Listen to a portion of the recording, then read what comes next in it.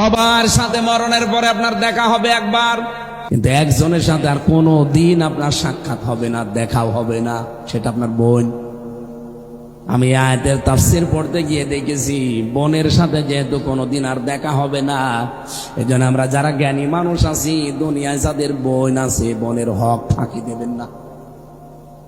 যেহেতু তার সাথে আর কোনোদিন আপনার দেখাও হবে না, সাক্ষাৎও হবে না, কথাও হবে না, এ দুনিয়ায় শেষ। কিন্তু বহু মানুষ আমরা দেখি এই পৃথিবীতে বোনের সম্পদ আত্মসাৎ করে মেরে খায়। কেউ কারো না, পৃথিবীতে যত মানুষ আপনার আত্মীয় স্বজন যত রকমের আছে, পৃথিবীর জমিন শেষ করার পরে সবার সাথে একদিন দেখা হবে, কিন্তু কেউ আপনার পরিচয় দেবে না।